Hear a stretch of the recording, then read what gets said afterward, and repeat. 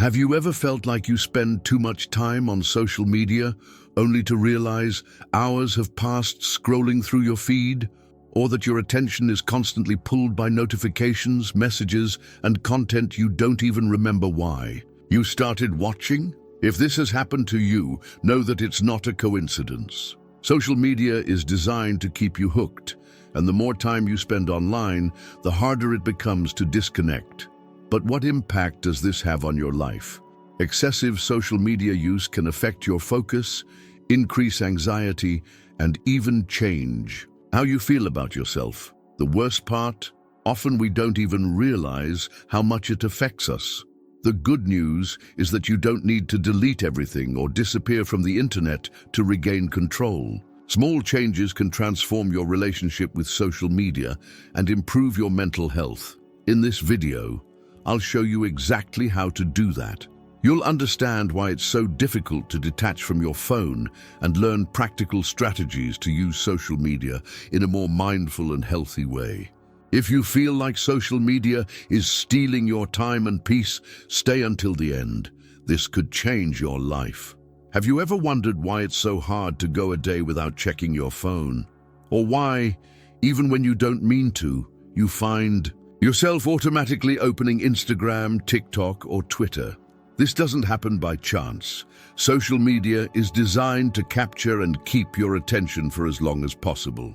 Every like, notification, and new post triggers a system in your brain that releases dopamine, the same neurotransmitter associated with pleasure and reward. This mechanism is addictive.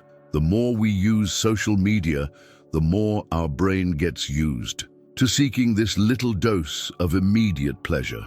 Over time, we get trapped in a vicious cycle. We pick up our phone without realizing, scroll through the feed for no reason, and when we finally stop, we've lost minutes or even hours without remembering what we were doing before.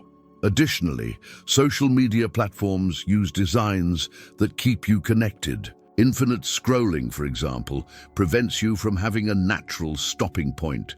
The algorithm is another factor. It learns what grabs your attention and keeps showing you similar content, making the experience almost impossible to abandon. This digital addiction might seem harmless, but it comes at a high cost. Spending too much time on social media doesn't just rob our focus and productivity, but it can also affect our mental health. Before we realize it, we're spending more time consuming the lives of others than actually living our own. If you've ever logged off social media feeling worse than when you logged in, know that it's not a coincidence. Excessive social media use can impact your mental health in ways that often go unnoticed. Social comparison, information overload, and the constant need for digital validation create an environment where anxiety and dissatisfaction become frequent. One of the major impacts of social media on mental health is constant comparison. We scroll through the feed and only see the best moments of other people's lives. Trips, achievements, seemingly perfect relationships. This makes us question whether we're doing enough or if our lives are as interesting as theirs. The result? Low self-esteem and the feeling that we're always falling behind. Another issue is the difficulty in concentrating. The habit of quickly switching between short and stimulating content affects our ability to focus. Studies show that excessive social media use can reduce our attention, making it harder to read a book, study, or even have a conversation without feeling the need to check our phones. Moreover, spending too much time online can affect emotional and physical well-being. The habit of using social media before bed, for example, impacts sleep quality because the blue light from screens inhibits melatonin production, the sleep hormone. Sleep deprivation in turn can lead to greater irritability, fatigue, and even cases of depression and anxiety. The problem isn't using social media, but rather uncontrolled and unconscious use. If we don't recognize these effects, we end up stuck in a cycle where we seek relief from anxiety on social media, which is often the same source of the anxiety. Have you noticed how hard it is to simply ignore your phone? It's as if every Notification is an urgent call, a new thing that you need to see right now. This fear of missing out has a name: FOMO, fear of missing out. And social media platforms are masters at feeding this feeling. Every time we open Instagram, TikTok, or Twitter, we're bombarded with new information, parties happening, news in the world, viral challenges, and even changes in the lives of people we follow. This constant flow keeps us addicted to refreshing the feed, afraid of missing out on something important. But this constant need to keep up can leave us anxious and overwhelmed. Additionally, there's the illusion of connection. We might have hundreds or thousands of followers, be in many WhatsApp groups, and interact all day in comments, but in the end, we still feel lonely. This happens because digital connection doesn't replace real connection. Likes and quick messages don't create deep bonds, and often we spend too much time cultivating superficial interactions while neglecting more meaningful relationships outside the screen. The solution? Learning to differentiate what truly matters. Not everything that happens on social media is relevant to our lives. Letting go of the fear of missing out is essential to regain control and reduce anxiety. In the next chapter, we'll explore practical strategies to reprogram the brain and make social media use more conscious. Now that we've understood the impacts of excessive social media use, the question is, how can we change this relationship without having to abandon everything? The good news is that we don't need a digital revolution, but rather small changes that help us reprogram the brain and make social media use more conscious and healthy. One of the first things you can do is set clear limits for screen time. It's not about cutting back completely, but rather creating spaces in your routine where social media doesn't dominate. Use alarms, timers, or even apps that help you monitor the time spent on social platforms. Some platforms already offer features to track the time you spend on each app, and this can be a great way to get a clearer picture of how much is being consumed. Another powerful strategy is practicing mindfulness. Mindfulness meditation, for example, can be extremely helpful in strengthening your ability to stay present and not get carried away by digital distractions. When using social media, make a conscious effort to stay in the moment. Instead of mindlessly scrolling, try to focus on the content.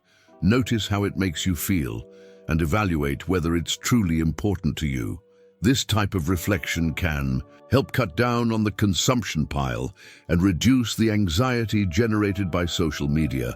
Additionally, try to disconnect during key moments. This includes during meals, before bed, and when waking up.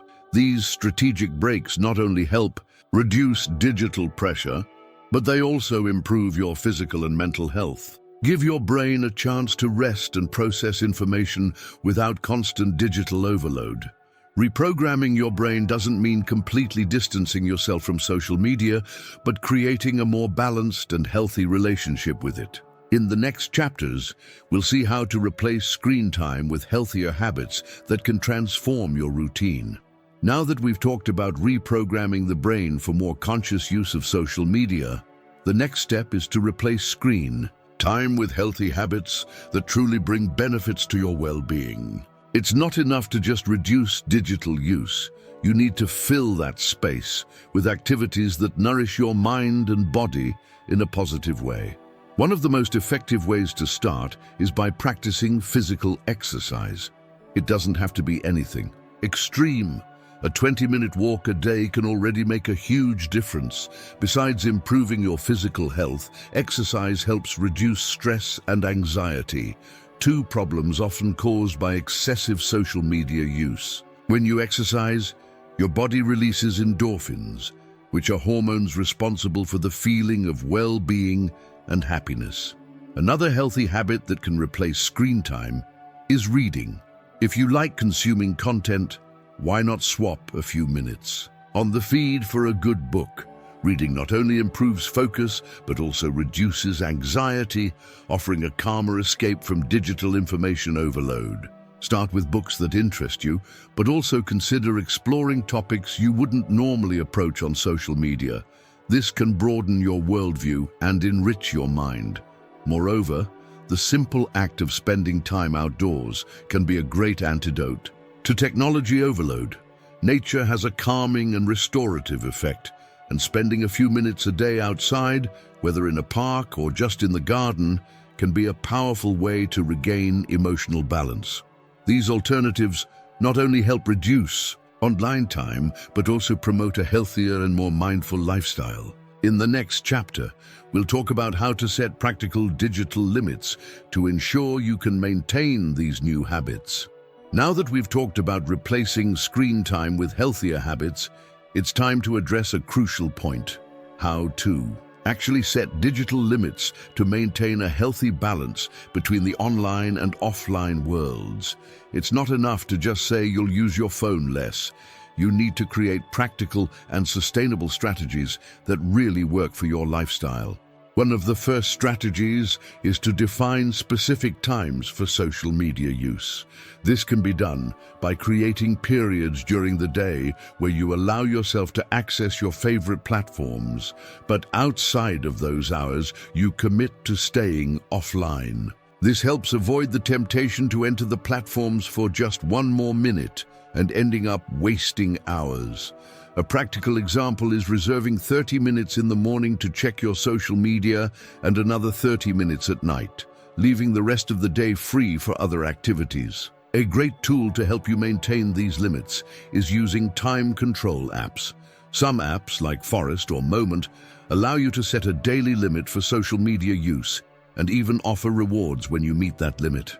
These apps create a responsibility system that helps you stay focused and disciplined. Additionally, many operating systems like Android and iOS already have built-in time-tracking features that alert you when you're spending too much time on a specific app. Another useful strategy is disabling notifications. Constant notifications, even in small doses, can be incredibly invasive and make it hard to disconnect. By turning off these notifications, you create a space of tranquility where you won't be interrupted by digital alerts all the time. This reduces anxiety and allows you to focus on more important and productive tasks. With these simple strategies, you begin to create a healthy space where social media doesn't dominate your time or your mind. In the next chapter, we'll explore how to stay motivated throughout this journey of change and ensure that these new habits are sustainable in the long term. With all these strategies to reduce screen time and create a healthier relationship with social media, the next big question is, how do we stay motivated and ensure these changes aren't temporary? The key to conscious and balanced use of social media is turning these new practices into sustainable habits that you can maintain over time without falling back into old patterns. One effective way to stay motivated is by setting clear and achievable goals. For example, if you want to reduce your Instagram use, set a realistic goal, such as reduce use to 30 minutes per day for the first week. As you reach these goals, adjust them and create new challenges. By seeing progress, you'll feel more motivated and confident to continue. Another important tip is to celebrate your victories, no matter how small. Each day you stick to your limits. Take a moment to recognize the effort you've made and how it's positively impacted your mental health and well-being. This reinforces the feeling that these changes are valuable and worth maintaining. Additionally, keep a support circle. Sharing your goals with friends or family can be a great motivator. They can encourage you to stick to your limits and even help keep you accountable. Moreover, if you're surrounded by people who are also seeking digital balance, the journey becomes easier and more enjoyable. Lastly, be patient with yourself. Changing habits takes time, and it's normal to have setbacks. What matters is not to blame yourself, but to use each mistake as an opportunity to learn and adjust strategies. Consistency is what brings results, and over time, these changes will become part of your routine. In the next chapter, we'll talk about how to create a healthy and balanced digital routine that helps integrate all these new habits into your daily life. Your online and offline life can coexist harmoniously, creating an environment that helps you focus on the things that really matter. A good practice to start with is to establish screen-free zones throughout the day. For example, during meals, or when you're with friends and family, set your phone aside. These digital breaks not only help improve your mindfulness, but also strengthen your connection with the people around you. You can, for instance, leave your phone in another room or set an alarm to remind you to stop looking at the screen every half hour. These small actions can make a big difference in the long run. Additionally, intentionally disconnecting during parts of the day creates a positive contrast and helps your brain relax.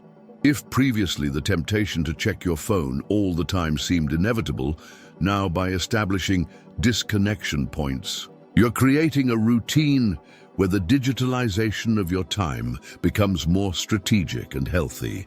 The idea is to allow yourself total breaks from technology, promoting the mental recovery you need. Another essential practice is to prioritize offline activities that nurture mental health and well-being. This can include hobbies like drawing, cooking, walking, or any other activity that brings you joy without involving screens. Setting aside time for these activities in your day not only reduces social media usage, but also gives you a sense of personal accomplishment that digital interactions often can't offer. With these simple actions, you can gradually transform your digital routine into something healthier and more balanced, ensuring that technology becomes an ally and not a source of stress. In the next chapter, we will talk about how to turn these new practices into lasting habits so that digital balance can be maintained long-term. After implementing strategies to reduce digital time and establish boundaries, the next step is ensuring that these changes are not just temporary, but transform into permanent habits. To make this happen, it's important to understand that creating new habits doesn't happen overnight. The key is to create a routine that allows conscious social media use to become a natural part of your daily life. One way to facilitate this transition is to start with micro habits. Instead of trying to drastically change your behaviors all at once, start with small actions. For example, instead of cutting your social media use in half all at once, reduce it by 30 minutes per day each week. These small wins will help you maintain motivation and avoid feeling overwhelmed. Gradually, you'll notice that you no longer need to force yourself to avoid social media. Positive habits will solidify on their own. The routine doesn't need to be rigid, but it's important to include fixed moments of disconnection, such as a digital break after lunch or at the end of the day. This creates a structure that prevents digital procrastination, incorporating regular breaks for activities that don't involve screens, like reading a book, going for a walk, or practicing a hobby, is also essential. These activities complement your balance and reinforce the idea that it's possible to live fully without being constantly connected. Another crucial point is to constantly reassess your habits. Over the weeks, take time to reflect on how you feel about your social media use. Ask yourself, is this still working for me? Do I feel better or worse with the adjustments I've made? This continuous self-analysis ensures that you don't fall back into old patterns and may even help you adjust your limits or habits for something even more effective. These small adjustments and ongoing reflections make the changes integrate into your routine without causing frustration. In the next chapter, we will explore how, over time, your mental health benefits from these new habits and the positive impact they have in the long run. Throughout this video, we explored various strategies to reduce time spent on social media and create a healthier relationship with the digital world. However, the true impact of these changes becomes evident in the long run when you begin to notice how this new way of interacting with technology positively affects your mental health and overall well-being. First and foremost, One of the greatest benefits of more conscious social media use is the increase in the quality of free time. When you reduce dependence on social media, you discover that there is much more time available for meaningful and enjoyable activities. Whether it's investing in a hobby, exercising, or simply spending more time with friends and family, disconnecting from social media creates space for experiences that nourish your emotional health and create lasting memories. Moreover, a more balanced relationship with social media can help reduce the anxiety associated with constant comparison and seeking approval online. By decreasing constant exposure to content that triggers feelings of inadequacy or insecurity, you begin to feel more secure in yourself and strengthen your self-esteem. Instead of seeking external validation, you start to focus on what truly makes you feel good, which contributes to more stable mental health and less volatility. Another important benefit is the increase in productivity.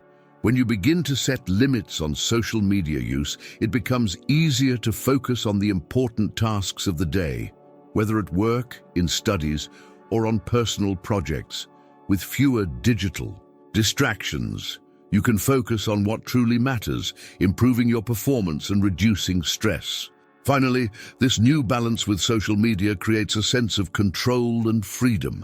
You start to realize that you're not a slave to technology, and that by managing your time more consciously, you're in control of how technology impacts your life. This sense of control and freedom directly contributes to a greater sense of well-being and personal satisfaction. Now that we've explored the long-term benefits of this transformation, in the next chapter, we will talk about how to help others follow this path, sharing what we've learned about digital health and well-being. Now that you've experienced the benefits of a more balanced relationship with social media and noticed the positive impact on your mental health, it's time to share this learning with others. Often when we undergo significant transformations in our lives, we feel the need to share what we've learned with those around us. And when it comes to social media use, helping others adopt healthier practices can have a ripple effect, creating a more positive and less toxic environment, both online and offline. The first step is to start openly talking about your experiences with friends and family.